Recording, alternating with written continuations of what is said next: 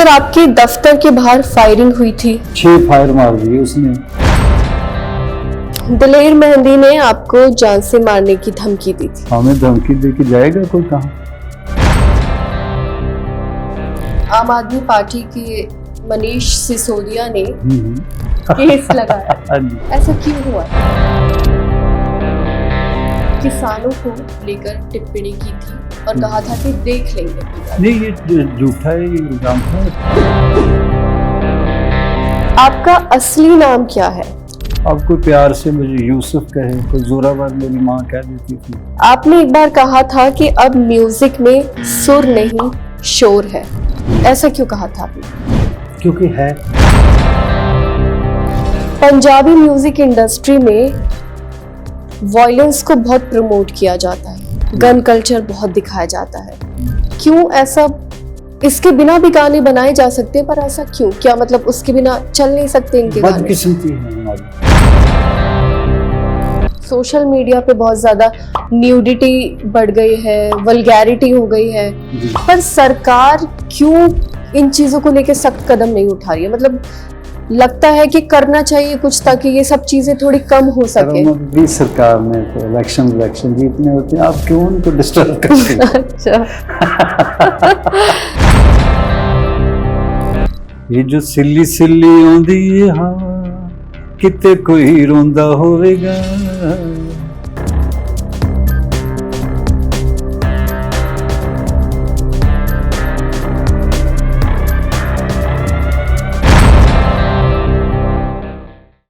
पद्मश्री हंसराज जी एक ऐसी शख्सियत जिन्होंने अपनी संगीत की दुनिया में ऐसी पहचान बनाई जो बनाना बहुत मुश्किल था। पंजाब से निकला हुआ वो सितारा जिसकी चमक आज पूरी दुनिया देख रही है, और मैं भी इन्हें काफी सालों से सुनती आई हूँ। इनकी आवाज ऐसी है जो दिल को छू जाए। लेकिन इस मुकाम पे पहुंचना इतना आसान नहीं, बहुत स्ट्रगल करना पड़ता है, बहुत कुछ झेलना पड़ता है, बहुत मेहनत करनी पड़ती है, बहुत ऐसी पीछे अनटोल्ड स्टोरीज होती हैं जो आपको और मुझे आज जाननी चाहिए। ये सब बात करने के लिए आज हमारे साथ मौजूद हैं हंसराज जी, जिनसे आज हम बात करेंगे और पूछेंगे कि उनका सफर कैसा रहा। कैसे हैं हंसराज जी? बहुत बहुत शुक्रिया हमारे पॉडकास्ट में आने के लिए। वेलकम जी, खुशामदीद। जी हाँ।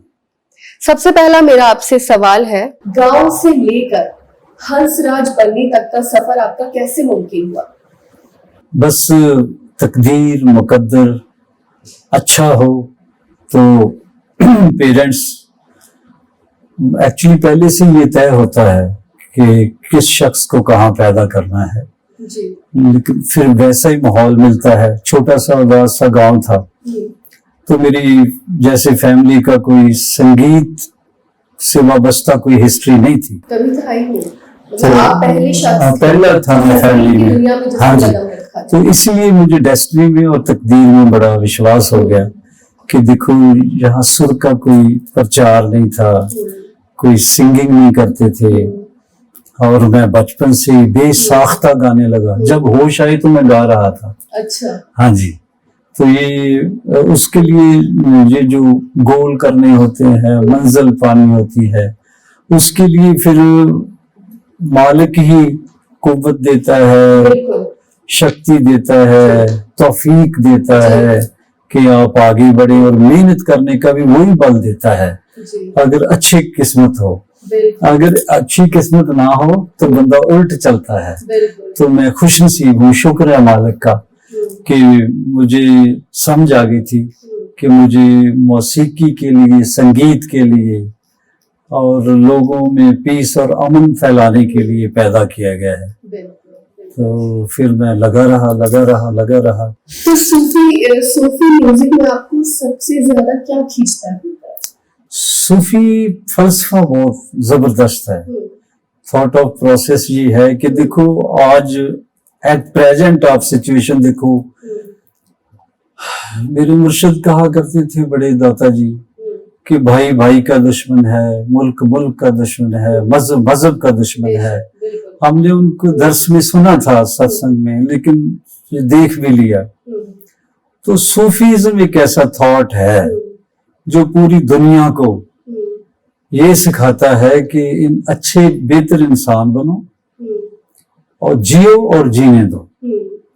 मोहब्बत के लिए आपको पैदा किया गया है। इबादत वगैरह आप अपनी सेटिस्फेक्शन के लिए करो, भक्ति करो जितनी मर्जी, कोई मना नहीं करता, लेकिन मालिक ऐसे खुश नहीं होगा, वो जिसके कब्जा कुदरत में आपकी जान है। अगर उसको खुश करना है तो उसकी मखलूक, उसकी क्रिएशन, आप चाहते हो कि क्रिएटर खुश हो, मालिक खुश हो, भगवान जहाँ अल्लाह जहाँ वाहिगुरु, अलग अलग नाम है तो एक ही। तो अगर आप उसको खुश करना चाहते हो तो उसके बच्चों को प्यार करो, उसकी मखलूक को, उसकी उम्मत को, उसके बनाए हुए लोगों से। बंदा बंदे दा दारू कहते हैं। तो सूफीज्म यही सिखाता है कि सूफी जो होता है पूरी यूनिवर्स के लिए दुआ करता है, नॉट किसी पर्टिकुलर मजहब के लिए, नॉट मुल्क के लिए, ना बॉर्डर्स में ना धर्मों में ये बनते हैं, यानी above these kind of things, religion and all things. जहां भी नफरत है वहां सूफीज्म मोहब्बत का प्रचार ही देगा। इसलिए मुझे ये बहुत अच्छा लगता है।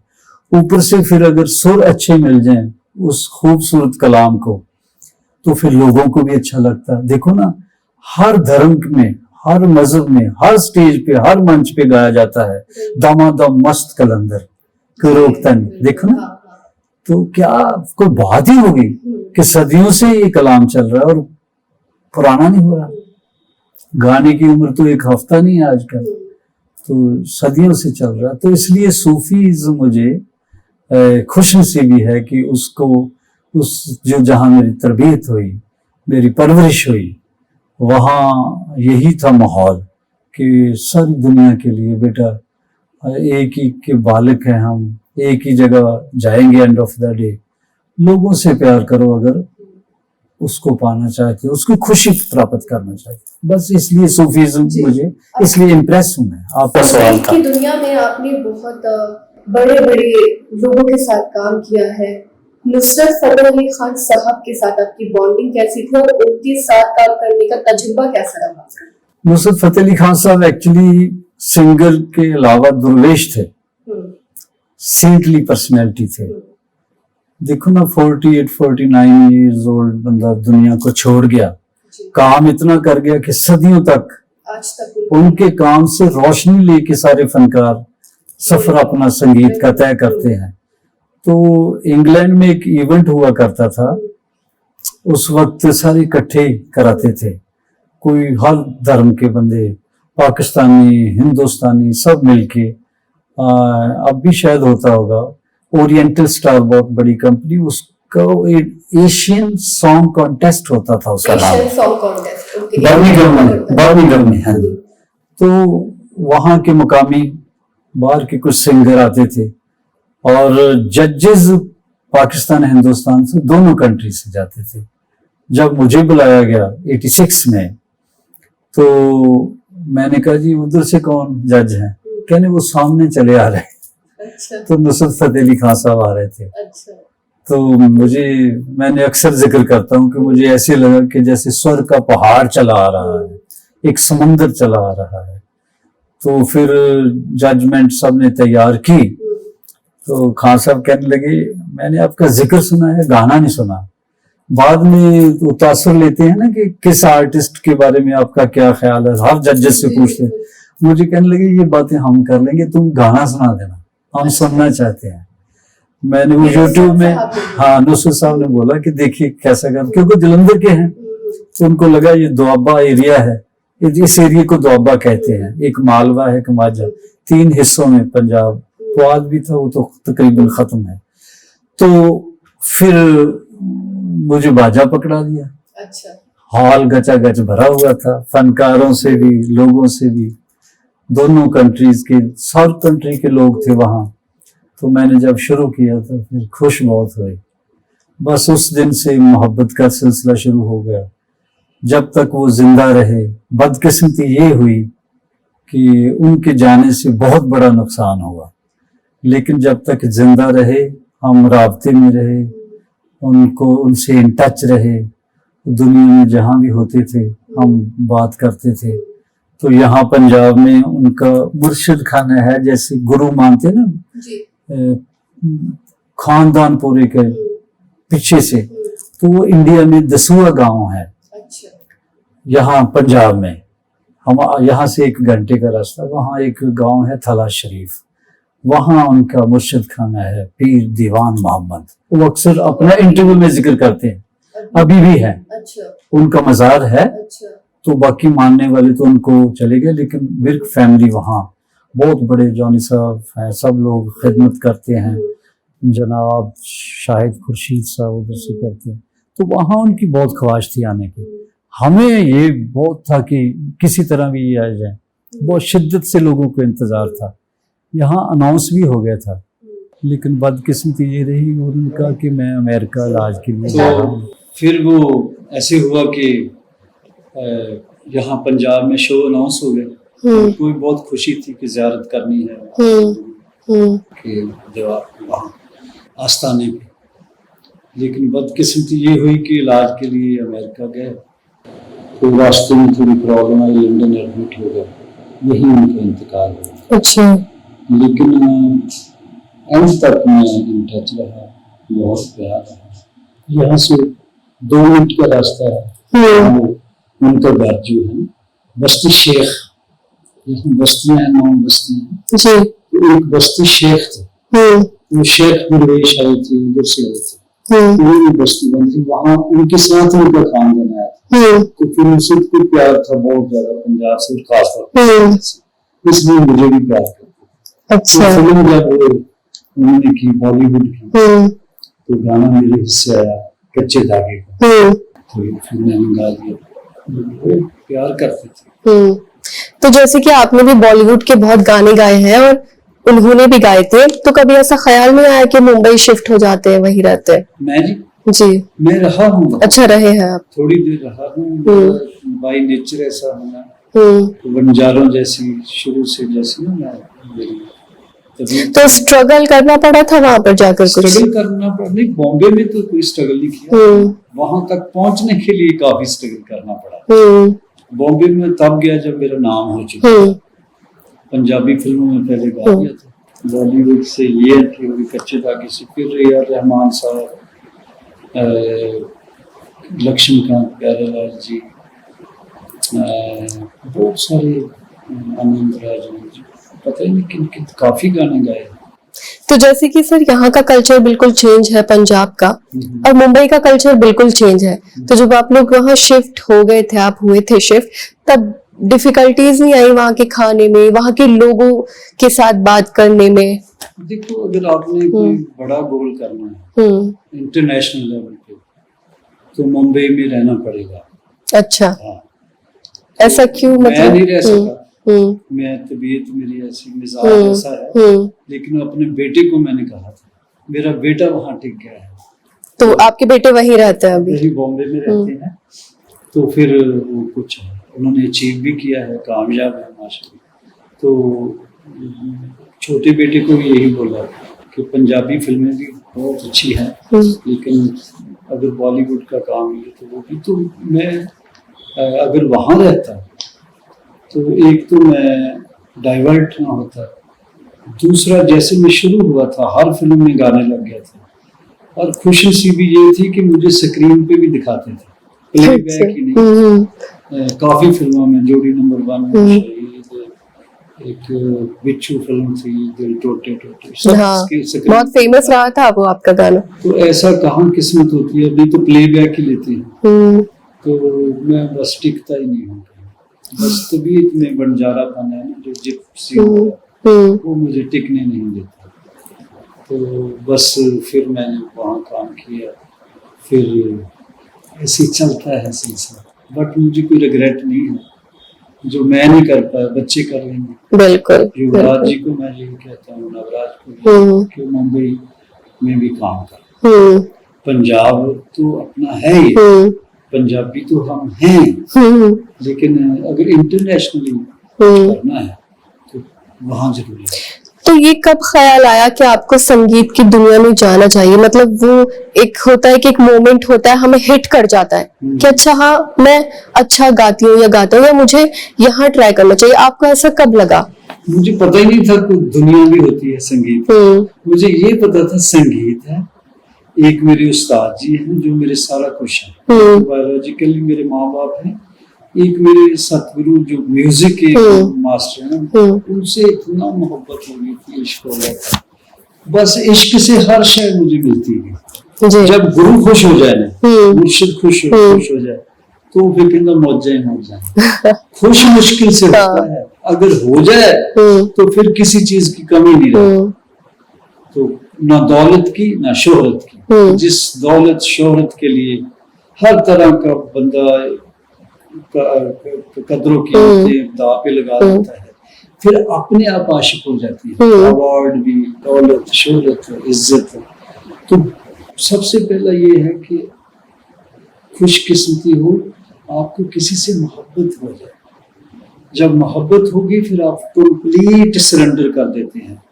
जब सरेंडर कर देते हैं, फिर क्विट कर देते हैं, तो ऐसे एक शख्स में सारा कायनात दिखता है, तो फिर उसने सारी कायनात दिखा दी आगे। बिल्कुल।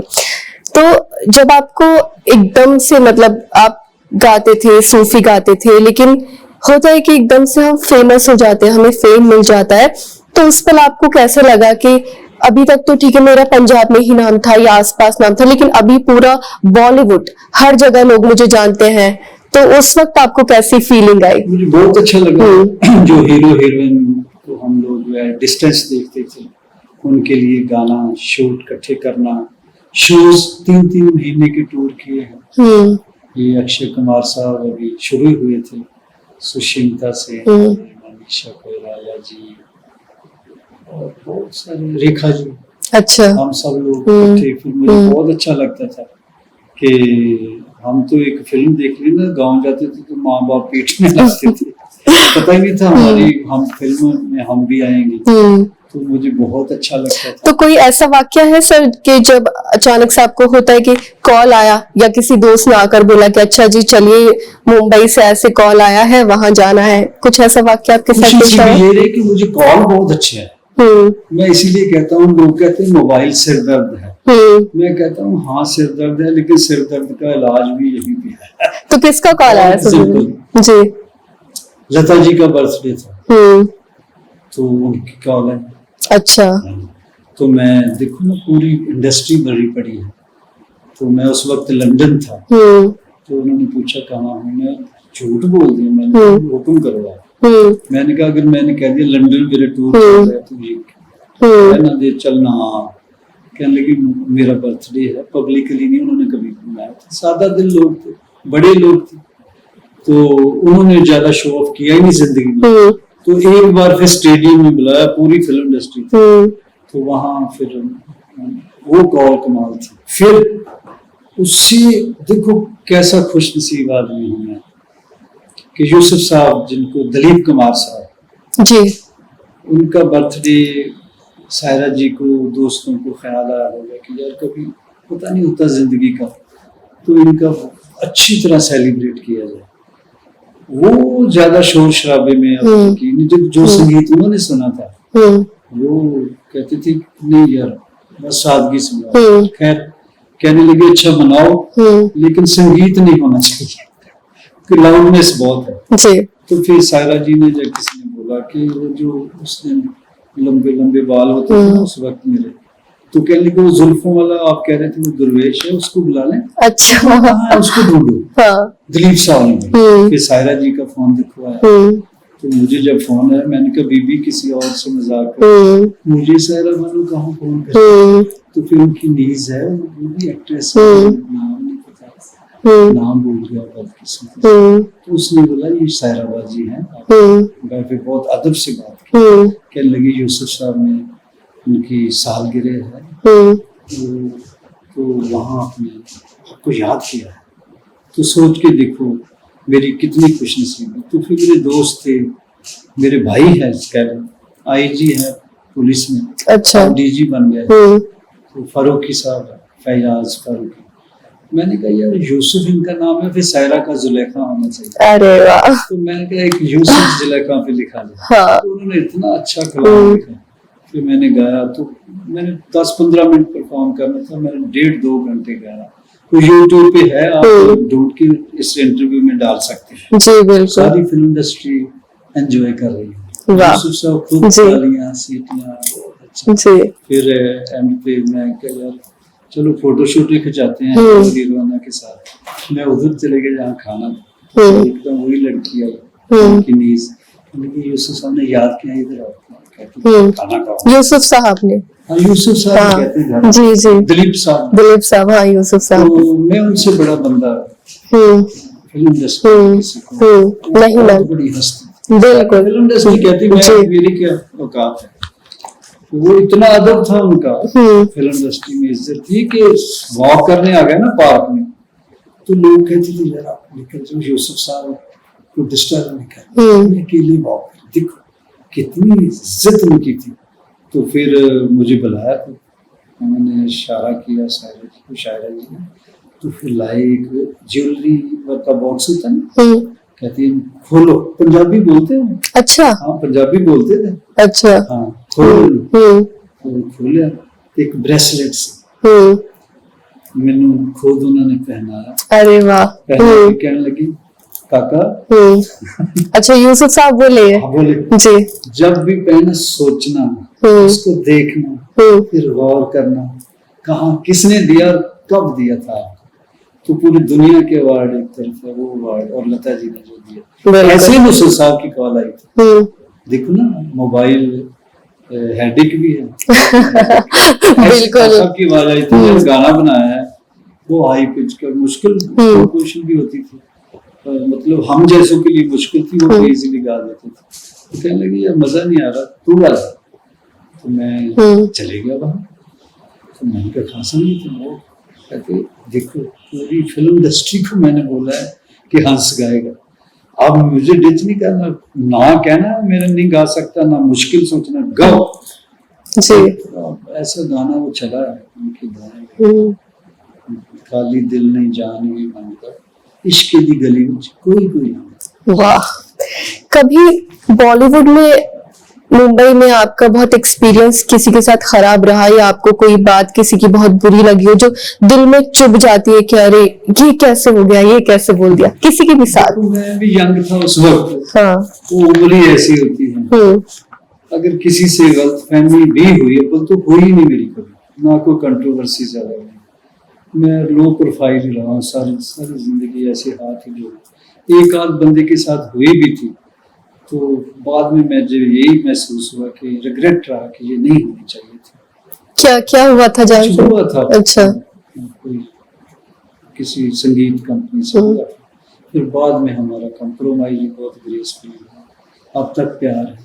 और कौन थे वो शख्स? वो शख्स रहने दो। नहीं अब तो प्यार है।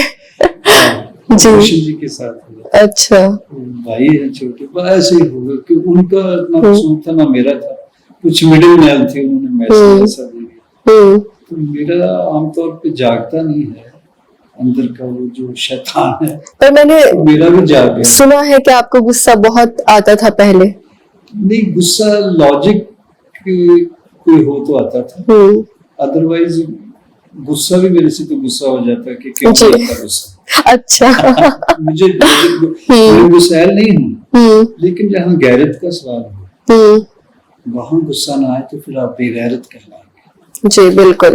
अपने लिए नहीं, अपनी जात के लिए नहीं, आपकी कोई गैरत को कोई आपकी कोई आप समझ रहे हैं। बिल्कुल। पॉलिटिक्स और सिंगिंग दोनों अलग अलग दुनिया है, बिल्कुल अलग है। आपने कैसे मैनेज किया दोनों को एक साथ? नहीं होती थी इसीलिए तो छोड़ दिया। अच्छा इसलिए छोड़ दिया। ड्यूटी पर पक्का रहा, लेकिन मुझे समझ नहीं आई ग्रामर पॉलिटिक्स की। फिर मुझे लगा यार ये तो ऐसे है जैसे कोई पॉलिटिशियन बिन पूछे सीखे गाना शुरू कर दे, जैसा उसका उस पॉलिटिशियन का गाना होगा ऐसी मेरी पॉलिटिक्स है, तो छोड़ ही देना चाहिए। तो आपको ऐसा फील हुआ कभी कि आपने बहुत गलत डिसीजन लिया पॉलिटिक्स में जाकर? नहीं कोई गलत नहीं लिया, एक छोटा सा गांव जहाँ अंदर आना मुश्किल जी, आप एमपी बन जाते हैं, आप पूरी दुनिया में यानी एक स्टेटस को भी लिए फिरते हैं। हालांकि तकब्बर नहीं आना चाहिए, लेकिन पता तो चलेगा खेतों में काम करने वाला बाप का बेटा एक आया था, उसने ये अचीव की। तो हाँ फिर मुझे रिग्रेट होता अगर मेरे पे कोई दाग लगता जी पॉलिटिक्स में आके बंदे को परखना हो तो उसको पावर और पैसा दे।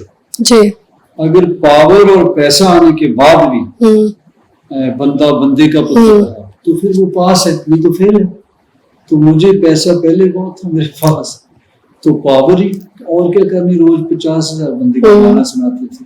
पॉलिटिक्स में और क्या मिलता है, गाली गलौज की निंदा के अलावा।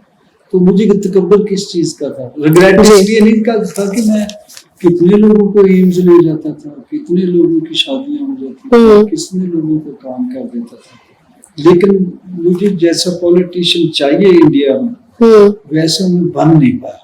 अच्छा, ये आपको लगता है? हाँ, मुझे लगता नहीं, कुछ शोर है।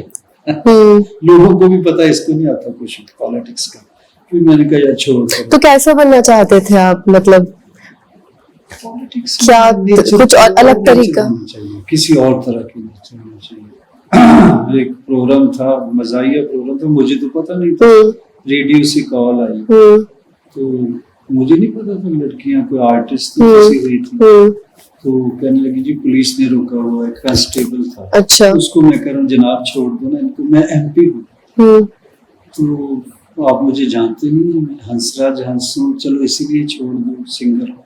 यार मैं MP भी हूँ। मेरे से सारे नाराज हो गए कि MP तो DG से भी नहीं है, ऐसी बात करता, तो मुझको सर जनाब जनाब कहते।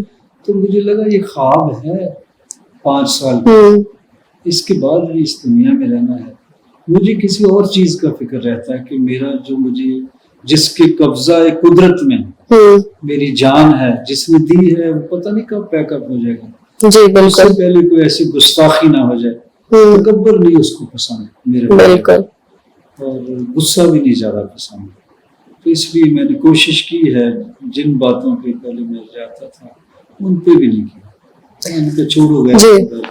जब आर्टिस्ट होते हैं तो हमारा देखने का नजरिया अलग होता है, लेकिन जब हम पॉलिटिक्स में जाते हैं वो बिल्कुल अलग होता है। अब क्योंकि पहले आप आर्टिस्ट थे और फिर आप पॉलिटिक्स में गए थे, तो आपको लगा कि अच्छा अब मेरा नजरिया थोड़ा बदल गया है क्योंकि उन्हीं लोगों के अराउंड में हूँ और मैंने पीछे कुछ छोड़ दिया है, ऐसा कभी आपको कुछ फील हुआ? मेरा नजरिया तो नहीं बदला, लोगों का बदल जाता है पहले दिन से, जब आप पॉलिटिक्स में ज्वाइन ही करते हैं जी पॉलिटिक्स को, तो वो कहते हैं आप जी पॉलिटिशियन हो गया, हमारे काम का नहीं रहा था।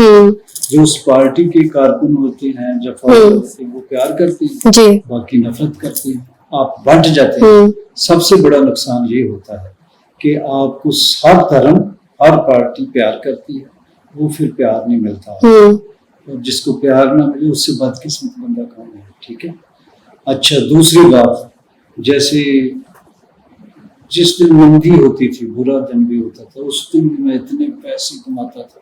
अच्छा, तो इसमें तो जाते ही पैसा आता तो कोई नहीं है पॉलिटिक्स में, तो फिर फाइनेंशियली भी लॉस हुआ, इज्जत भी नीलाम होती है, सुर भी खराब हो जाता है।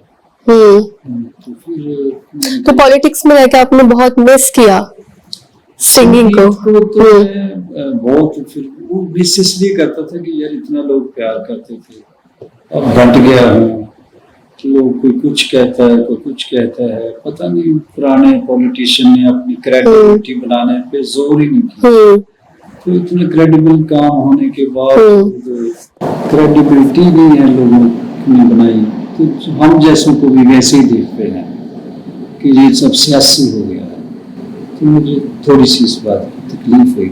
अच्छा, तो मैंने यही फैसला किया कि यार छोड़। अब क्योंकि आप दिल्ली के MP रहे हैं, तो जब उस वक्त कोई ऐसे मोमेंट्स जो जिस पे आपको बहुत प्राउड फील हुआ हो?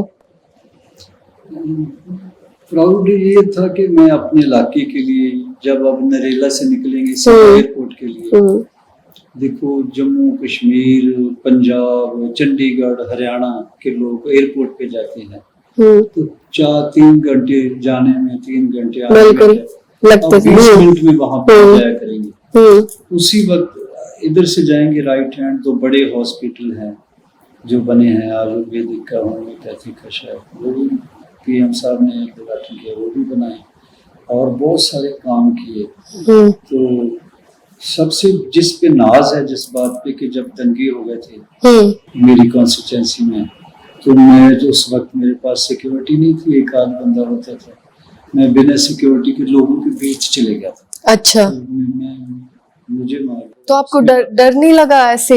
उस वक्त नहीं लगा, अब लगता है कि यार इतने क्रोधित होते हैं। वही जी। तो खैर किसी ने मुझे कुछ नहीं कहा, पुलिस ने बहुत रोका, सिक्योरिटी में चले गए। फिर वहाँ सारे धर्मों के लोगों को इकट्ठा किया, पीस कमेटी बनी हुई थी लेकिन बिखरी हुई थी। फिर माइनॉरिटी कमीशन के चेयरमैन साहब हैं, उनको बुलाया। जब देखा तो कोई प्रॉब्लम ही नहीं थी। हिंदू कह रहे थे ईद में हम सेवैयां खाते हैं, वो कहते थे हम दिवाली का इंतजार करते हैं। झगड़ा किसका तो पता ही नहीं कौन बंदा। तो हुआ कैसे झगड़ा फिर हिंदू मुस्लिम? लोग आके फैला देते हैं बात। ये जो इनसिक्योरिटी है धर्मों में, यही कारण बनती है। फनेटिज्म है कहीं, या कुछ और शरारती है, जब कोई बात नहीं ताकती, मुझे नहीं पता। मुझे बातें समझ आती तो मैं टिका रहता, फिर मैं डिस्टर्ब हो जाता था। तो शुक्र है उस वक्त कोई जानी नुकसान नहीं हुआ जी। जल्दी। अब तो बहुत बहुत हिंदू मुस्लिम अगर देखा जाए तो वो चीजें बढ़ती जा रही हैं। हर किसी को लगता है कि अच्छा हमारी कम्युनिटी खतरे में है, तो दूसरे को लगता है हमारी कम्युनिटी खतरे में। तो आपको क्या लगता है कि लोगों के बीच का जो डर है वो किसी के थ्रू फैलाया जा रहा है? हाँ जी, फैलाया जाता है। दंगे तो फैलाए जाते हैं। इंसान तो दंगे ये प्लान्ड होते हैं? हाँ, प्लान ही होते हैं, पता नहीं क्या है। जब इकट्ठे करके लोगों को पूछा प्रॉब्लम ही नहीं निकली। बड़ा अच्छा तरह बैठे चाय वाय पी, तो रात के अंधेरे में कुछ ना कुछ ऐसा कर जाते हैं। वो कहते इस धर्म ने की, उस धर्म ने की। हालांकि इंडिया तो गुलदस्ता है, इसमें तो हर धर्म के लोग रहते हैं। यही खूबसूरती है इस मुल्क की। तो मेरी तो दुआ है आप इसमें प्यार से रहें। मैं जब मैं बोलता था तो मैं कोई ऐसी बात नहीं करता था, और मेरे से मेरी बॉस भी पीएम साहब से लेकर सब लोग जो थे सब खुशी रहती थी, क्योंकि मैं किसी ऐसा बयान दूं जिससे कोई नफरत फैले, मुझे आता ही नहीं। मेरा जन्म ही मोहब्बत के लिए हुआ, मैं करूँ क्या, मेरी मजबूरी। मोदी जी के साथ काम करना आपको कैसा लगा? बहुत अच्छा लगा, मेहनती है, बहुत अच्छा, बहुत अच्छा लगा। हाँ जी, इस कंट्री को जो अपलिफ्ट करे तो अच्छा ही लगता है।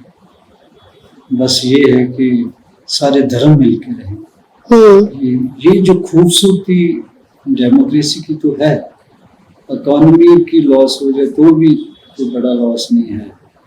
जो जीएसटी जो भी बढ़ती, मुझे ज्यादा पता नहीं क्या बड़ा बनाते हैं इंटरनेशनल लेवल पे, वो उसकी कमी भी हो जाए चलेगी। अगर धर्म का दुश्मन बन गया, मजहब तो फिर इस कंट्री में ये नहीं था तो आगे भी नहीं होगा।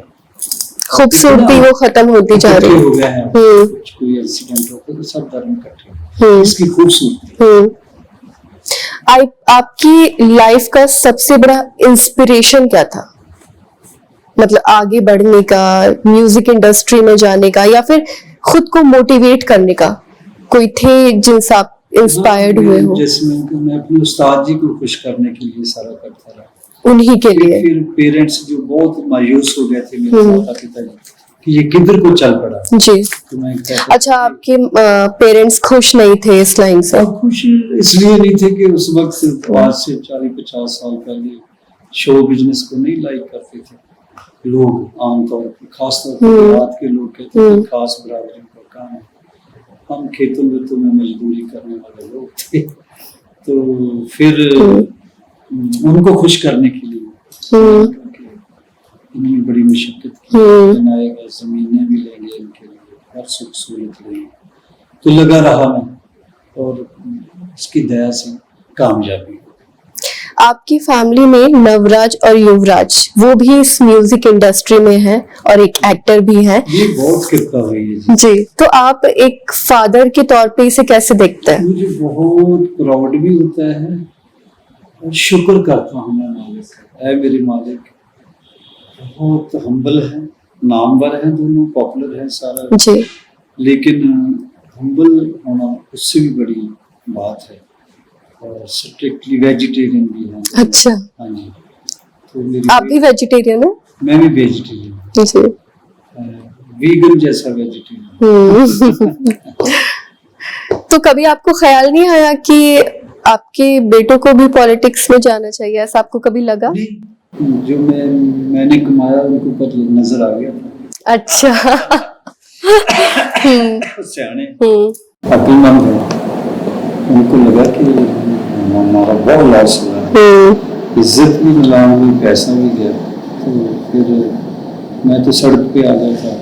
फिर बच्चे गैरतमंद हैं, उन्होंने दोबारा पाँव पैर लगाए हैं। तो अदरवाइज पॉलिटिक्स में मेरे जैसा बंदा क्या करेगा, कोई काम, कोई जरूरत भी नहीं है मेरी। अच्छा, आपको लगता है कि नहीं, उनके लिए नहीं बनी है पॉलिटिक्स? नहीं, मुझे गाना ही चाहिए, मोहब्बत का पैगाम देना चाहिए जी, पूरी जी। दुनिया में घूम के। आप आज भी कोई खास रूटीन फॉलो करते हैं अपनी स्पिरिचुअल जर्नी को लेकर या अपने रियाज के लिए? हाँ जी, रियाज तो करना ही पड़ता है। जो बहुत गुस्ताखी हो गई थी, बड़ा गैप पड़ गया था, मैं अब दोबारा शुरू कर रहा हूँ। तो दूसरा स्पिरिचुअलिज्म तो एक बाबा बुल्ले शाह कहते हैं, जो दम गाफिल सो दम काफिर। तो वो तो चलता ही रहना चाहिए हर शख्स को, हर दम से उसका जिक्र होना चाहिए, फिक्र होना चाहिए, तसव्वुर रहना चाहिए। अगर आप खास भी कोई इबादत नहीं, भक्ति नहीं करते तो चलेगा, लेकिन उसका खौफ खुदा जिसको कहते हैं होना चाहिए बंदे को। कोई कभी आपका कोई इमोशनल मोमेंट रहा है किसी फैन के साथ? हाँ जी, क्या मैं किस्सा था? जो इमोशनल नहीं, वो आर्टिस्ट कैसे? बिल्कुल सही बात है। सबके साथ बड़ा प्यार। तो कोई एक किस्सा जो आपके होता है कि दिल को छू गया वो किसी फैन के साथ? हाँ जी, है कुछ लोग कहते ना कि आप वो बात क्यों पूछते हैं जो बताने के काबिल नहीं। आप पुराने होगा किससे। अच्छा। हाँ जी, कहते किसको समझाएं, अयूब के बड़ी चीज थे हम, किसको समझाएं, अयूब के बड़ी चीज थे हम, हो गए खाक मगर नाम वही है अब तक। वाह, क्या बात है। वो हिजर का मौसम भी गया, वसल की रुत भी गई, हमने देखे हैं जमाने कितने। तो राजी रहें जहां जहां भी वो लोग बसते हैं। बहुत खूब। आपकी वाइफ अब आपके साथ नहीं रही है, उनके जाने के बाद आपको सबसे ज्यादा क्या कमी खलती? हाँ, कुछ शख्स जब जाते हैं तब पता चलती है उनकी कीमत जी। वो एक नहीं होता, पूरा मेला ही होता है। वो बेटियों को ले आती थी, रिश्तेदारों को, उनको पालती थी, पलोसती थी, परवरिश करती थी, शादी तक उसकी हिफाजत कर, तो यहाँ रौनकें लगी रहती थी। अब घर यानी सोना कर गई है वो, इससे बड़ा क्या लॉस है। बीवी के जाने के बाद घर सोना हो जाता है। बिल्कुल जी, औरत के बिना तो घर क्या है, दीवारें हैं, सीमेंट ही रह जाता है। औरत को पता होता है बंदा कमाने के लिए बाहर के लिए, औरत घर के लिए होती है। हम लोग तो कमाई में लगे रहते ना, पहले तो कामयाब होने में इतनी जिंदगी गुजर गई, फिर कमाने में लग गए, फिर उसको बचाने में लग जाता बंदा। तो आपको कोई रिग्रेट फील होता है कि अच्छा उस टाइम पे मैं उनको इतना वक्त नहीं दे पाया? बहुत ज्यादा, मुझे बहुत ज्यादा तकलीफ है कि मैं वक्त नहीं दे पाया, ना अपनी फैमिली को, ना बच्चों को, ना बीवी को। तो काश मैं एक जगह जब वो साथ रहते, जब मैं यहाँ रहता, ऐसा हो ना पाया। आजकल की जनरेशन में आप कुछ किसी को, मतलब आजकल के यूथ को कोई मैसेज देना चाहेंगे जो जिनके रिलेशन सही नहीं चलते, जो समझ नहीं पाते, अंडरस्टैंडिंग नहीं होती? देखो, यहाँ लस्ट लफ्ज आ गया ना, वो एंडलेस है जी। Lust for money, lust for power, lust for body की जरूरतें, इसका कोई एंड नहीं है। अगर किसी एक शख्स को आप इतनी मोहब्बत करो, फुल पैकेज आपको मिल जाए, तो फिर आप टिक जाओ जी, फिर ठीक रहोगे। ये जो भटकना है ना कि खालीपन, स्ट्रेस, खाम खाई, ये स्टेटस सिंबल बन गया है कि डिप्रेशन में हुआ तो हम छोटे लोग हैं जी। यानी एक स्पेस चाहिए इनको, स्पेस लफ्ज बड़ा यूज करते हैं। पहले इकट्ठे होने के लिए लड़ाइयां करते हैं, माँ बाप से बागी होते हैं कि हम इकट्ठे करो, हमारा निकाह करो, आनंद कारज करो, फेरे दो, यानी शादी करो। जी बिल्कुल। फिर 2 दिन के बाद इनको स्पेस चाहिए। स्पेस चाहिए होता तो इसका मतलब क्या हुआ? फिर स्पेस का है कि मैं तो वही इंज जुड़ गया जिन्हें टिच बटना दी जोड़ी। फिर 2 जिसमें एक जान हो जाए, ऐसा पहले सोच के करो। शादी वादी तो करने से पहले या सोचो, जो सोलमेट मिल जाए तो फिर कमाल है। आपकी लव मैरिज थी? नहीं, मेरी अरेंज मैरिज थी, लेकिन बड़ी कामयाब मैरिज थी।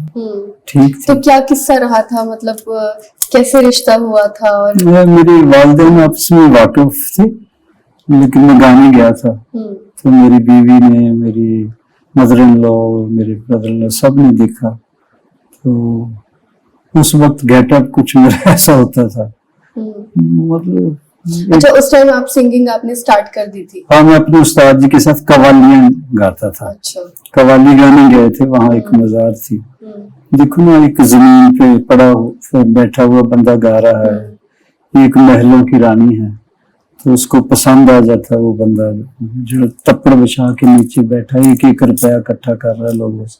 उस वक्त पता है उठ के पैसे ले लेते थे, ऐसे खड़ा कर देते थे नोट। अब तो स्टेज पे आके देते ना, संगत में ऐसे लोग बैठे ऑडियंस में, तो आप पकड़ के ला रहे हैं। मैं क्योंकि शागिर्द था, मैं ही जाता था, 1 रुपया भी किसी ने उसके पास थैंक यू, क्योंकि उस्ताद जी शागिर्दी करनी तो बहुत मुश्किल हुआ है। तो फिर मुझे तो खैर मुश्किल लगी नहीं, क्योंकि इश्क में तो कुछ मुश्किल नहीं है। उनको ये चीजें भागी होंगी।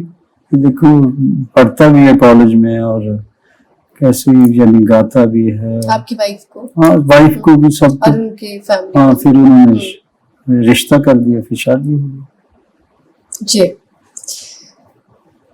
आप अपनी वाइफ के लिए कोई एक खास गाना डेडिकेट करना चाहेंगे? 2-3 उसकी लाइन। मेरी वाइफ मेरे साथ ज्यादा ट्रैवल भी किया, लेकिन हम 1-2 बार गए थे। तो अमेरिका का टूर, बच्चे भी दोनों साथ थे। तो हम मियाँ बीवी जैसे कोई हो जाती नोक झोंक, तो वो कहने लगे कि इतनी दूर हम आ गए हैं, अब तो कोई हमें समझाने वाला भी नहीं है। तो फिर वहां गाना दोस्त ने मेरे लिखा, वो अमेरिका में रहते कान साहब, तो उनका गाना था, मैनू की होना सी तू आप रस चले, वे मैनू समझाना सी तू आप रुक चले, जग देखदा तमाशा गल लाऊ कौन दी, जे आपां दोवें रस बैठे था। बहुत प्यारा। अब चलिए एक गाना था, जी जी, ये जो सिल्ली सिल्ली आंदी हवा किते कोई रोंदा होवेगा, बस ये गाने रहे। बहुत गाय नहीं हो रहा आज जी। अब कुछ पॉलिटिक्स की बातें करते हैं, क्योंकि आप पॉलिटिक्स में भी आपका बहुत अच्छा सफर रहा है, बहुत लंबे वक्त तक आप रहे हैं और जनता के लिए भी आपने बहुत कुछ किया है। बहुत से ऐसे विवाद थे जो उस टाइम पे आपके साथ रहे थे, आपको लेकर लोगों ने कहा था, विपक्ष ने कहा था। सबसे पहला विवाद, हाँ जी, जो बहुत सुर्खियों में रहा था, कि आप मुस्लिम हैं। हाँ जी, ये कहा गया था कि आप मुस्लिम हैं तो आपको वोट ना दिया जाए या आपको जगह ना मिले, और आपका नाम भी उस्मान या कुछ ऐसा नाम, मोहम्मद यूसुफ है। तो ऐसा क्यों हुआ और क्या थी इसके पीछे की वजह? कहा पता नहीं, लोगों को पूछना चाहिए। उन्होंने ऐसी बातें की तो मुझे तो फायदा ही हुआ, मैं कुछ बोला नहीं। मैंने कहा मैं इंसान, बेहतर इंसान बनने की कोशिश की है, तो मेरे मालिक ने कुछ सोच के किसी धर्म में भी पैदा किया है, क्योंकि मैं हर धर्म का एहतराम करता हूँ।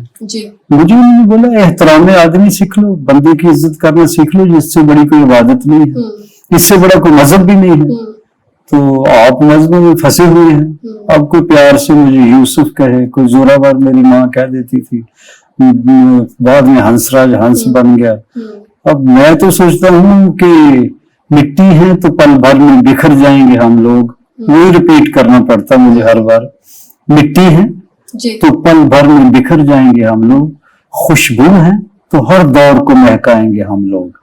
हम रूहे सफर हैं, हम रूहे सफर हैं, हमें नामों से ना पहचान, कल और किसी नाम से आ जाएंगे हम लोग। बहुत खूब। तो जी।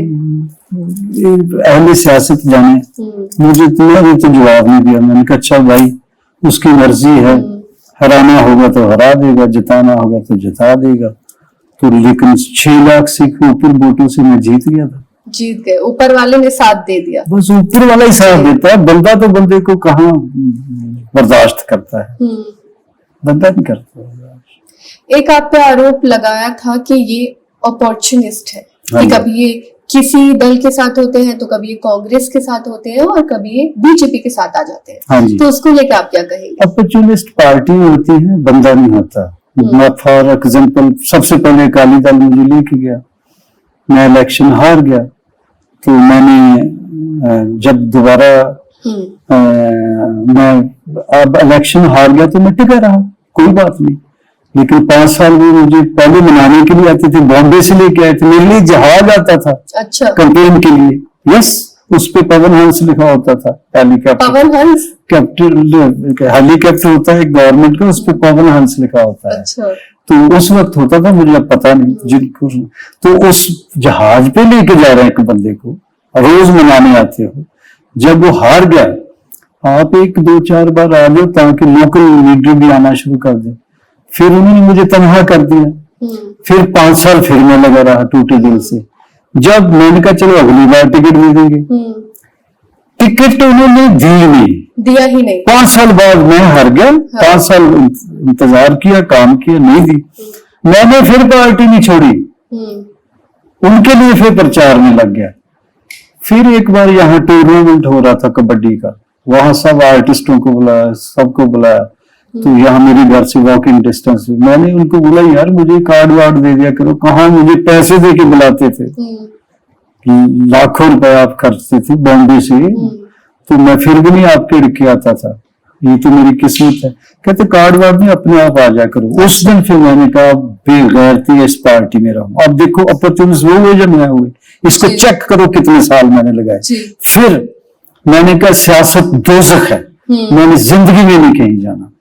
तो मैं अपना डेरा संभालने लगा। तो वो थोड़ा मुश्किल था, मैं बाबा जी के पास चले गया, ब्यास, मेरे मुर्शिदों के पास, वहां साल रहा। मैंने कहा कितने साल रहे आप? 1 साल में वहां ब्यास में रहा। तो इधर डेरा भी देखता था, काम समझो। मुझे बताते थे कि सूफीज्म आया क्या, सूफीज्म की इंटरप्रिटेशन गलत हुई है। सूफी होके जो आर्टिफिशियल नशे करता है, जब नशे की जरूरत पड़ती है उसको मस्त क्या हुआ, वो कैसी मस्ती है जो दुनिया के नशे से हो, तो उसकी इश्क की मस्ती एक बार चढ़ जाए उतरे ही ना फिर। तो वो बातें मैं सीख रहा था। फिर महाराजा साहब चले गए, कैप्टन अमरिंदर सिंह जी, वो कहने लगे महीना कि बाबा जी इसको बोलो प्रचार कर दें। अब बाबा जी तो पॉलिटिक्स में आते नहीं, खैर मुझे ले गए, मैंने प्रचार किया। तो परसों को मुझे राज्यसभा भेजना था, आज कागज भरे। जिस दिन कागज फाइल करने थे, इनमें ग्रुपिज्म बहुत है, कैप्टन अमरिंदर सिंह दिल से चाहते थे मैं बनूं, लेकिन एक और ग्रुप था वो खड़ा हो गया। कहने लगा जी हम थे, बहुत सारे पॉलिटिशियन थे कि जी कल आया है इसको राज्यसभा, पहले प्रॉमिस करके लाए हो। अरे हाई कमांड ने दुनिया में अनाउंस कर दिया कि हंसराज हंस बिकम राज्यसभा मेंबर, और मैं तैयार हूं। मैं चल शुक्र है यार, 10 साल बाद मेरी गरीब, मैं भी MP बन जाऊंगा, गोल्ड बिल्डिंग में चला जाऊंगा। अब कागज भरे, जब फाइल करने थे उधर से मैसेज आ गया कि हाई कमांड का हुक्म है, हंसराज हंस कैंसिल, फला फला फला, फाइनलाइज्ड। ठीक है, आप देखो वो अपॉर्चुनिटी मैं हूं, चेक करो, आप चेक करो, सारा मीडिया चेक करके कोई बात करे तो मजा आता है। मैं कैसे अपॉर्चुनिस्ट हुआ, फिर मेरी हालत बड़ी खराब हो गई, फिर मैं अंदर से बाहर से बीमार हो गया। उस वक्त फिर मुझे गुस्सा आया था, बहुत गुस्सा आया था। तो फिर देखो बीजेपी को मैं कैसे कहूं कि ये उन्होंने जिसने किया है उसका थैंकफुल भी रहना चाहिए। जब सब छोड़ गए मुझे दिल्ली बुला के उन्होंने पहले कमीशन में वाइस बीजेपी। चेयरमैन लगाया, यस। जी फिर प्राइम मिनिस्टर साहब ने खुद टिकट दी जी और जीत के MP बन गए। फिर ICCR का चेयरमैन भी। अब सबकी टिकटें कैंसिल हुई थी, मुझे फिर टिकट दे के फरीदकोट लौटाया।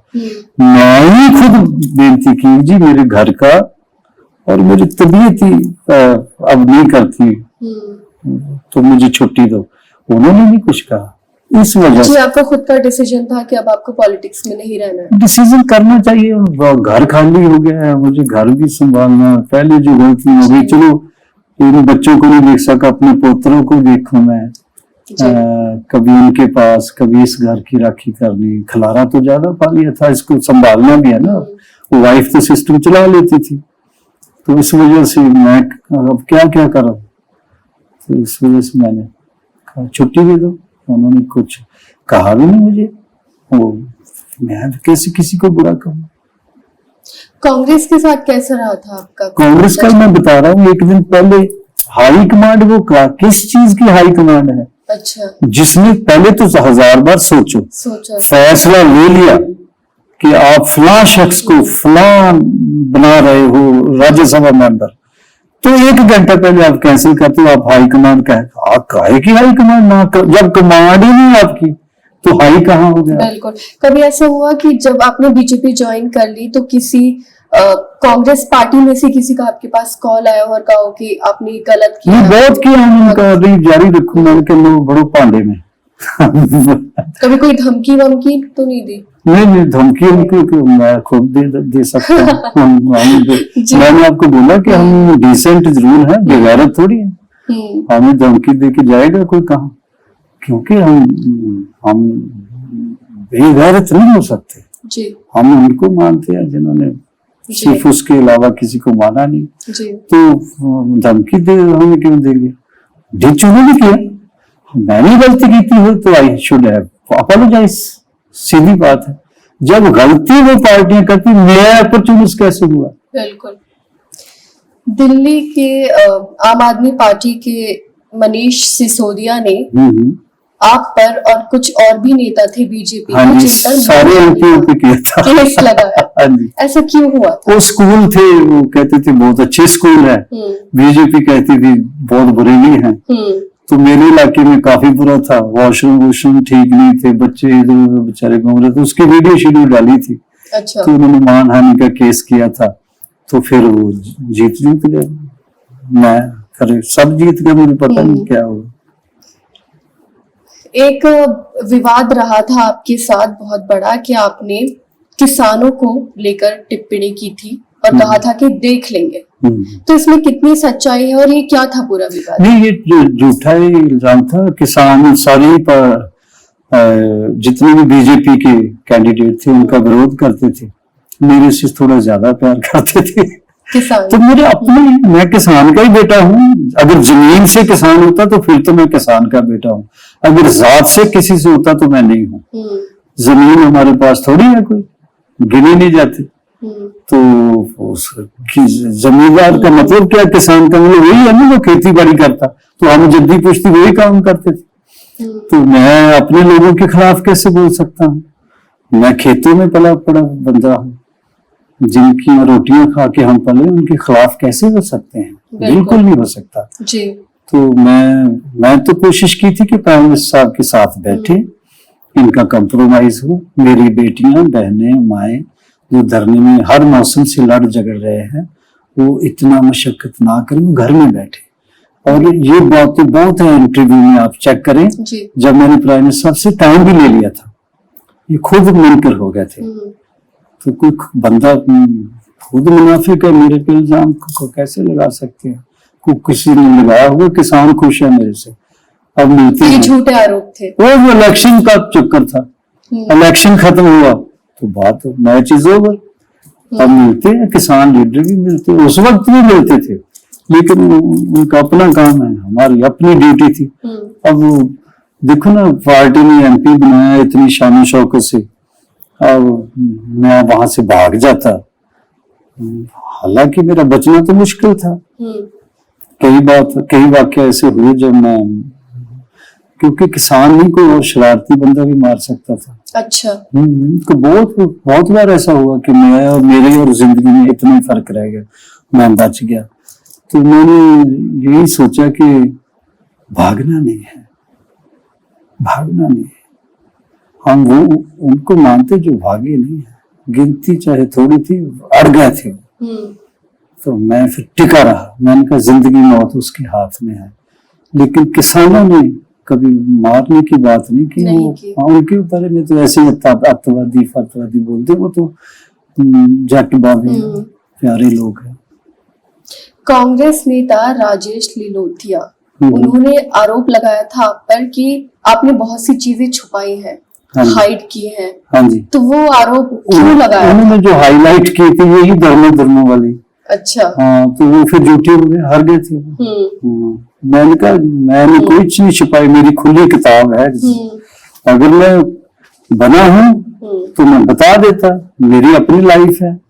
मैं अगर मैंने ऐसा किया होता, अब मैंने किया ही कुछ नहीं, तो आप बताइए जो लोगों को छुपाने वाले है क्या मेरे पास। सर, आपके दफ्तर के बाहर फायरिंग हुई थी। हाँ जी। वो क्या मामला था?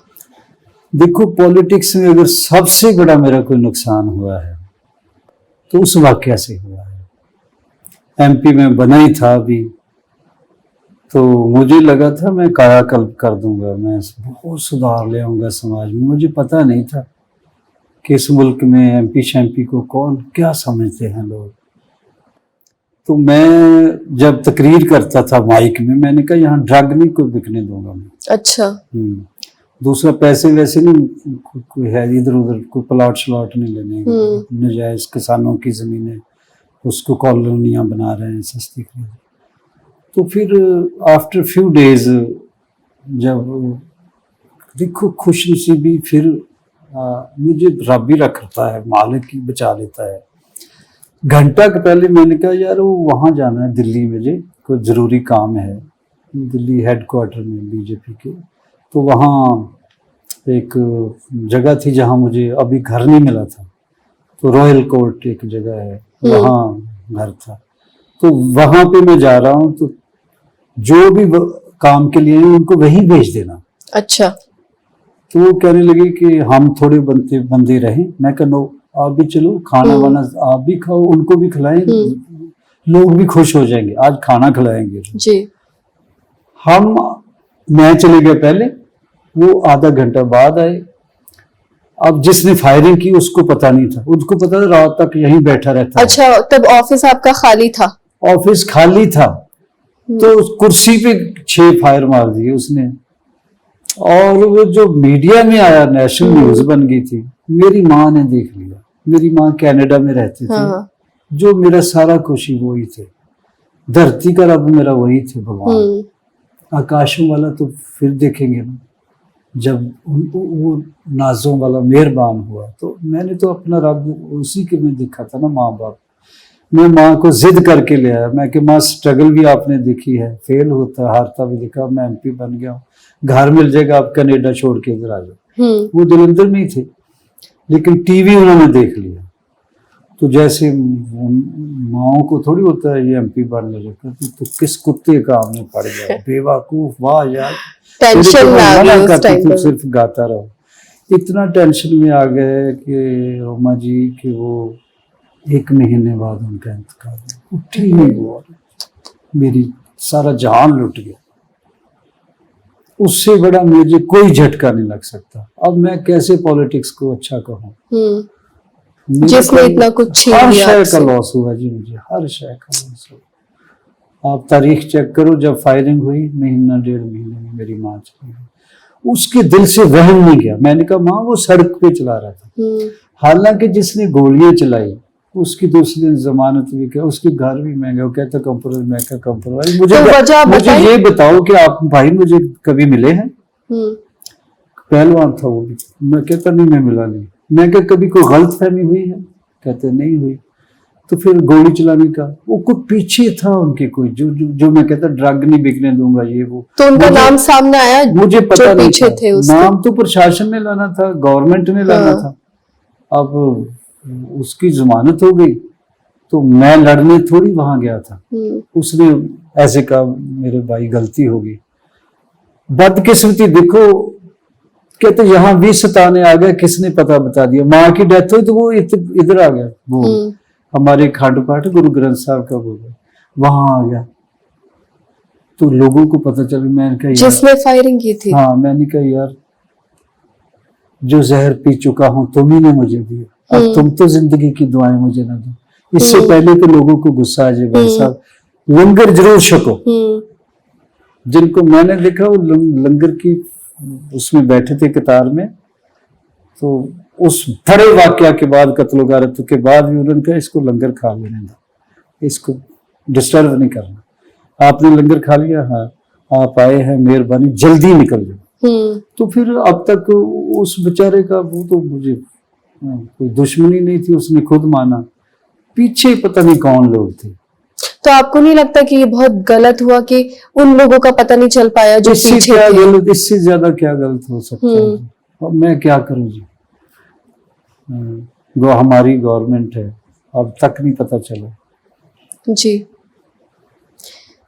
दलेर मेहंदी ने आपको जान से मारने की धमकी दी थी, ये क्या मामला था? जान से मारने की नहीं धमकी दी थी। हम्म, कोई दिल्ली में इवेंट था, हमारी रिश्तेदारी उस वक्त नहीं हुई थी, दोस्ती थी। कोई आर्टिस्ट है बहुत शरारती सा, उसने कोई उसको भी बातें कर दी, मेरे से भी कर दी। वो आर्टिस्ट कौन कोई था? है शायद हम जानते हो कौन थे। बहुत ही बेवकूफ है, उसकी आदत है लेडीज जैसी चुगलियां लगनी करनी। तो उसने मुझे कर दी, तो मेरे बिचला भी शैतान जाग पड़ा, उसका भी जाग पड़ा। उसको लगा अकेला हो, मैं अकेला कभी रहा ही नहीं, मेरे साथ मेरा रब होता है। तो उसको लश्करी नजर आया, किसी ने बोला वो अकेला नहीं होता। तो वो मैं तो थोड़ा सॉफ्ट वे में गालियां निकालता, वो जरा जबरदस्ती निकालने लग गया। उसने बोला आज से जिंदा नहीं इसको जाने देना। अच्छा। फिर पता नहीं फिर जफ्फियां पड़ गई, फिर इतना प्यार हो गया जी थोड़े महीनों बाद कि उनका फोन आया, कहने लगे भाई साहब मैं जरूरी कोई बात करनी है। मैंने कहा शायद कोई पुरानी बात। तो इसी के बाद था कि आपकी दुश्मनी रिश्तेदारी में बदली? हाँ पता नहीं, देखो मालिक की मौज की, वहाँ हमारा कुछ नहीं, झगड़ा नहीं हुआ, एक दूसरे को वैसे फोन पे थोड़ा बहुत गाली गलौज जितनी मुझे आती उसने, उनको जरा जबरदस्त आती थी, वो भी निकालते रहे। तो फिर ठंडे हो गए। फिर मीका सिंह आ गया बीच, छोटा भाई है, बेटे की तरह ही है वो मुझे, नवराज। तो उसने बोला भाई साहब मेरी वेट करो, मैं आ रहा हूँ। तो हम बैठ गए। थोड़े दिनों बाद ही फोन आया कि मैं मिल रहा, मुझे क्या लगा शायद उसी वाक्य के लिए। फिर उन्होंने बोला कि नवराज मुझे दे दो, अजीत ले लो। अजीत मेरी बेटी का नाम, तो मेरी माँ का नाम भी अजीत कौर।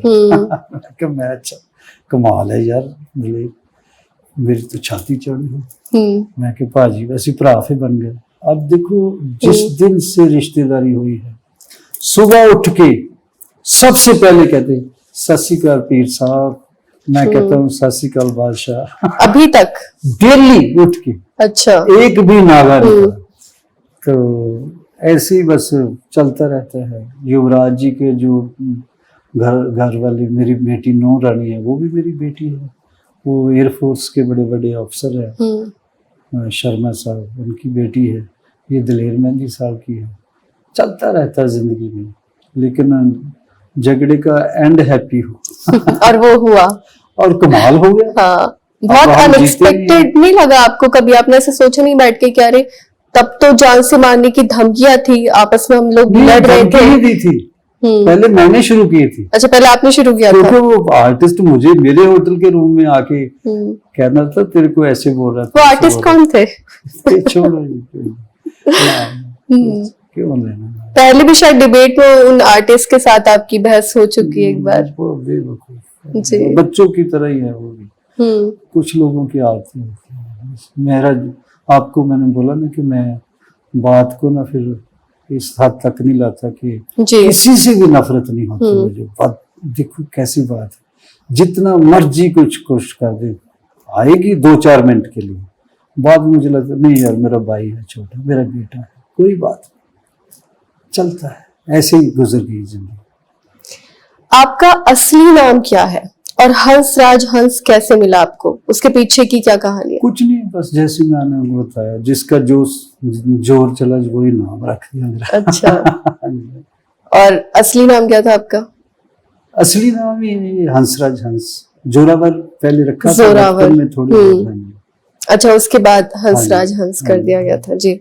वो तो माँ ही कभी कभी कहती थी मेरा जोरा, मेरा बिल्ला, फलाना टमकाना।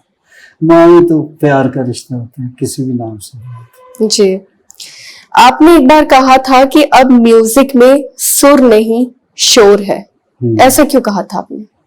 क्योंकि है, लाउडनेस ज्यादा है। और 80 साल हो गए होंगे गाने को, 50-60 साल तो हो ही गए होंगे।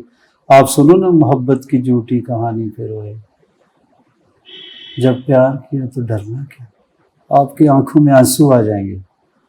तो वह दुनिया के रखवाले सुन दर्द भरे मेरे नाल, क्या पुकार है उसमें, ठीक है जी।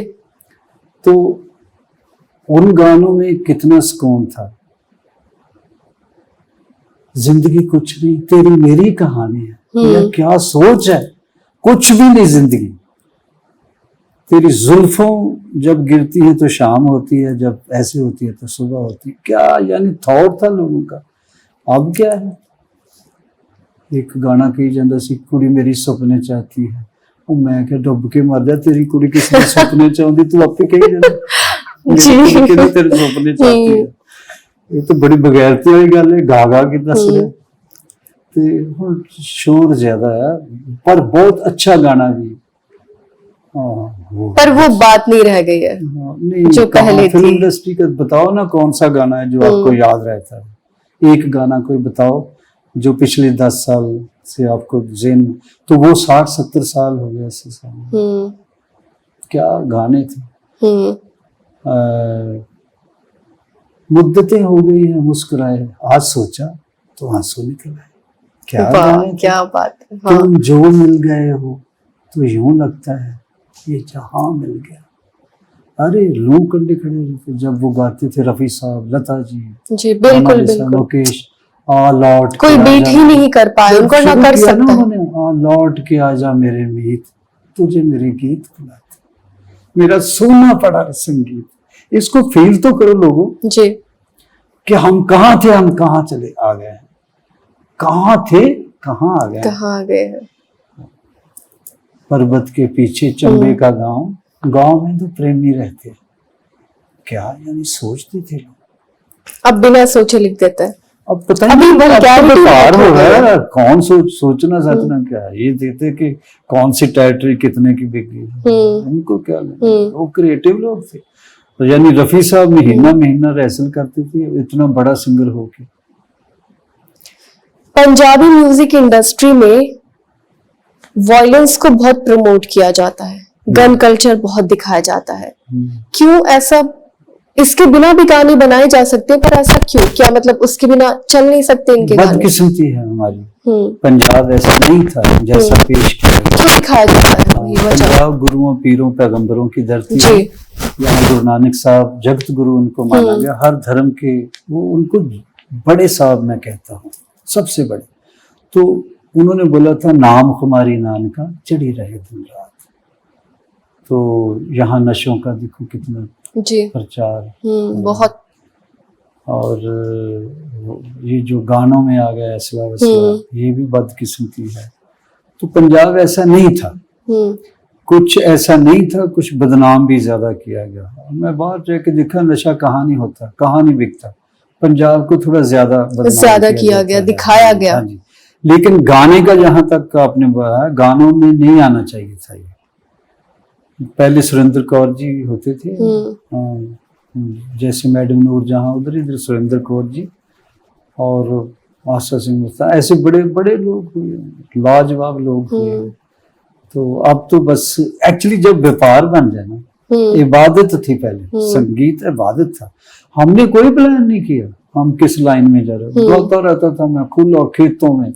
मुझे मेरी माँ को कहते थे तेरा बेटा पागल हो गया, मेरी माँ रोने लगती थी, तू क्या कर रहा है, लोग कहते पागल हो गया। मैं क्या, माँ एक दिन पागलों की तरह और सोने के मुझे। एक दिन मैं गांव गया, मैं फिट हो गया था बहुत, आधी रात हो गई, लोग सारा गांव बैठा इर्द गिर्द। मैंने कहा जाओ अपने घर, पागलों की तरह बैठे हो यहाँ। तो मैं अपनी माँ से सहमत मिलाई, नजर मिलाई। मैं कहा माँ यार, मैंने बोला था ना एक दिन आएगा ये पागलों की तरह देखा करेंगे, और वो पूरा हो गया। इस गंदी सी बुद्धि को, एक निकम्मे से बंदे को उसने नवाज दिया, वो जो नवाजने पे आई। पंजाबी इंडस्ट्री के बहुत से ऐसे सिंगर्स हैं जिनका बहुत नाम है, अच्छा खासा शोहरत है, दौलत है, सब कुछ है, फिर भी वो भी इस चीज को अभी भी प्रमोट करते हैं, मैं नाम नहीं लूंगी। और एक रिपोर्ट के मुताबिक सुनने में आया था कि वही जो सिंगर्स हैं वो ऐसी जगह लोगों की हेल्प करते हैं जिससे हमारे देश को नुकसान हो। तो आपको क्या लगता है कि इन लोगों के लिए सख्त कदम उठाना चाहिए? नहीं, बेनती मैं तो कर सकता हूँ कि अपना कल्चर, अपनी तहजीब, अपना हेरिटेज जो है वो बहुत रिच है। आइडियल उन लोगों को मानो जिनका एक गाना सुन के रूठे हुए मान जाते थे, जिसका एक गाना सुन के हजारों मील मैसेज कन्वे हो जाता था। ये जो गाना टेलीपैथी पे, मैं तो वैसा सिंगर नहीं हूँ, लेकिन वर्डिंग उसकी देखो ना, एक जो सिल्ली सिल्ली आउंदी है हवा, कहीं कोई रोंदा हो जाएगा, चाहे वो वलायत में बैठा, अमेरिका में बैठा, वो मोहब्बत ही क्या हुई जी, आपने याद किया और मैसेज ना पहुंचे, बिल्कुल, जो बतानी पड़ी वो तो श्रिंक हो गया रिश्ता। आजकल तो एक सेकंड में कह देते हैं लव यू फलाना ढमकाना, वो लव कहने की जरूरत नहीं है, पहुंच जाता था गानों के जरिए, फीलिंग के जरिए। वो जो फीलिंग्स होती थी वो गानों में आती थी, तो वो खत्म हो गई। आजकल हम देख रहे हैं कि जो मोहब्बत है लोग उसको एक्सप्रेस कुछ और तरीके से कर रहे हैं, मतलब मर्डर कर रहे हैं। अब लोग क्या कर रहे हैं कि शादी हो रखी है लेकिन किसी और से मोहब्बत करते हैं तो हस्बैंड को मार देते हैं, कोई अपनी वाइफ को मार देता है, तो ये चलन बढ़ता जा रहा है। देखो रिसेंटली उसने अपने अभी जी जी पता नहीं क्या लड़की तो उसने अपने खावंद को मार दिया था। तो उसको लेके आपको क्या लगता है कि सरकार को कुछ कदम उठाना चाहिए? हमने क्या बताने वाली है, गर्क होने वाली है इसको सरकार का काम। क्या कौन सी सरकार है, क्या करेगी? सरकारों के पास कहाँ टाइम है, उनको और भी बहुत काम होते हैं। पर ये बहुत जरूरी लग रहा है मुझे, क्योंकि प्रचार ही नहीं होता, प्रचार कर रहे हैं। अब जो मुझे लगता है और मुझे लगता है कि सभी को लगता है कि लोगों के दिलों में से ना एक खौफ खत्म हो गया, अरे इंसानियत खत्म हो गई। कहते ना मोहब्बत, ना मुरब्बत, ना इत्तेफाक, ना हमदर्दी। मैं तो शर्मिंदा हूँ इस दौर का इंसान होकर। कौन से दौर में हम जी रहे हैं? बिल्कुल, यहाँ किसी रिश्ते पे भी नहीं यकीन।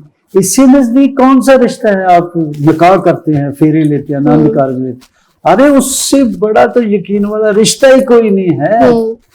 जिसने आपकी ढाल बनना है वही मरवाने की प्लानिंग कर रहे हैं, चाहे वो बंदा है चाहे लेडी है। एक अभी पंजाब का ही केस आया था, एक इन्फ्लुएंसर थी जो वीडियोस बनाती थी इंस्टाग्राम पे, लेकिन उन्हीं को कुछ लोगों ने मार दिया और फिर कहा कि क्योंकि ये पंजाब की जो हमारी संस्कृति है उसके खिलाफ है, तो ये हमने सबक सिखाया। आपको क्या लगता है कि ये क्यों, कितना गलत हुआ और ये नहीं करना चाहिए था और क्यों किया उन्होंने? क्या मेरे मालिक, पंजाब पाकीज़ा बना दे, उसी तरह का बना दे, निम्रता वाला बना दे।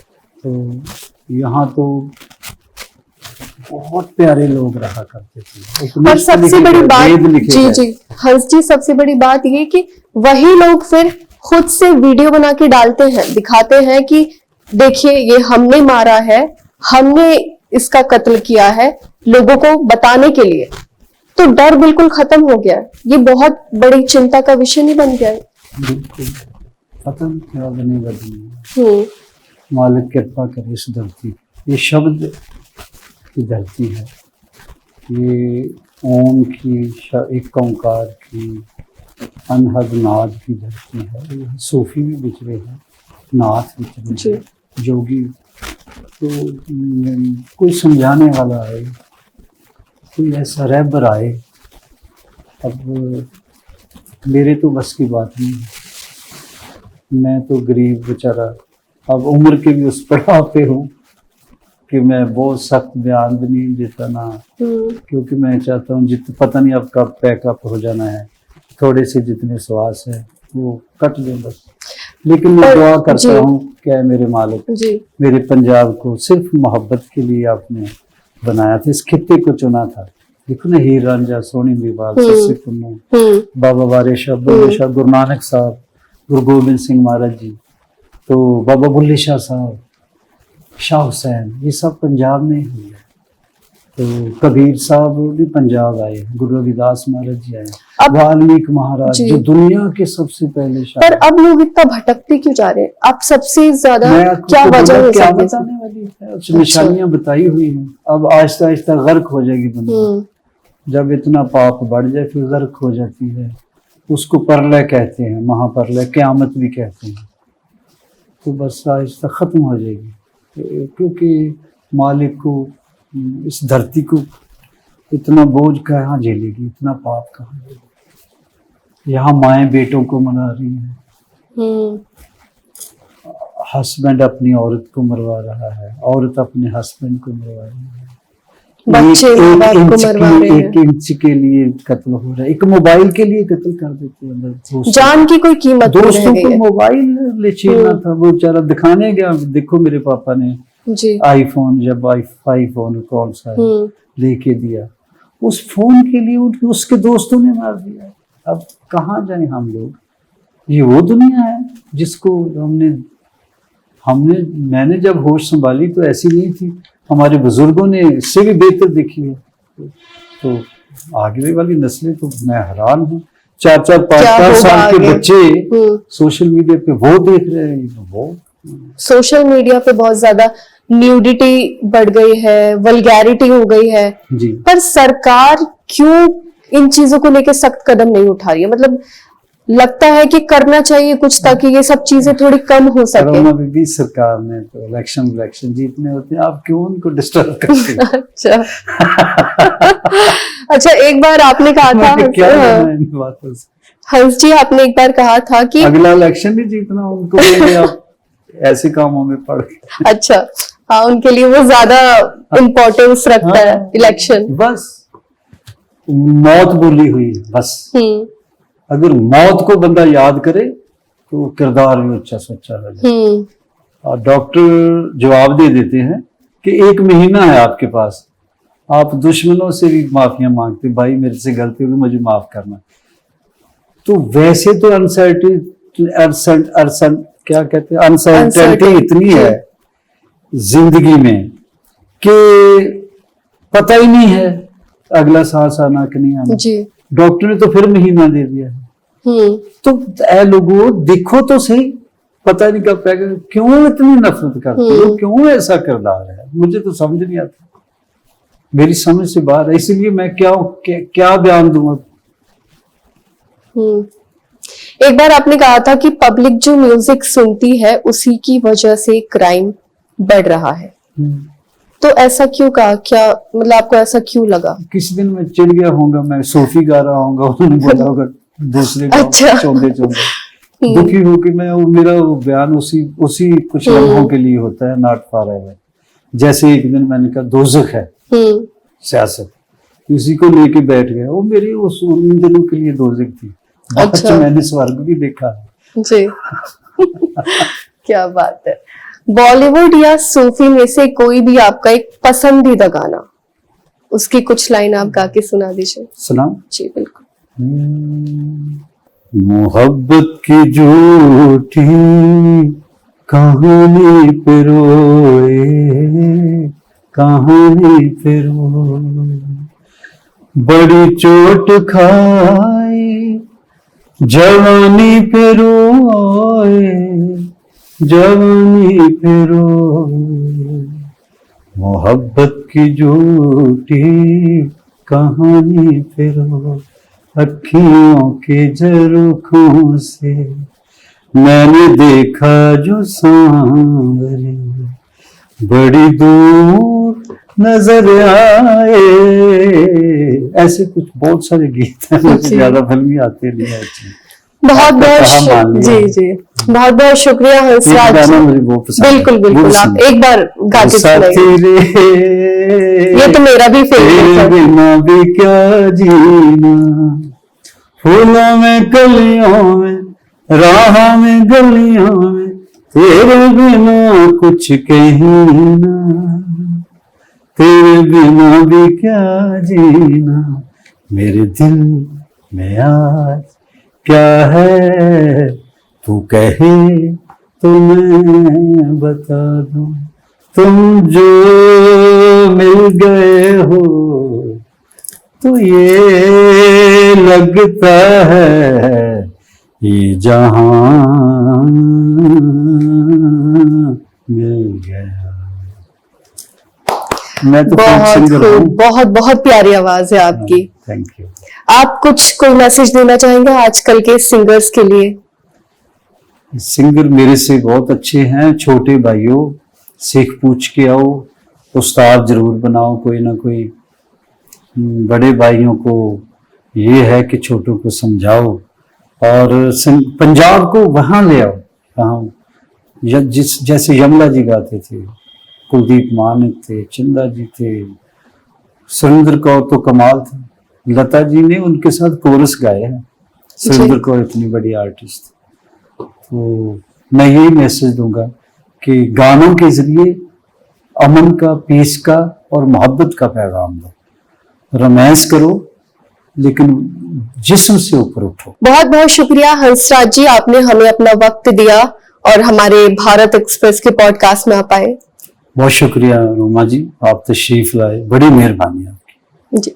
इस पॉडकास्ट से रिलेटेड अगर आपको कुछ भी पूछना है तो हमें कमेंट करके जरूर पूछें। अगले पॉडकास्ट में फिर मिलेंगे। शुक्रिया।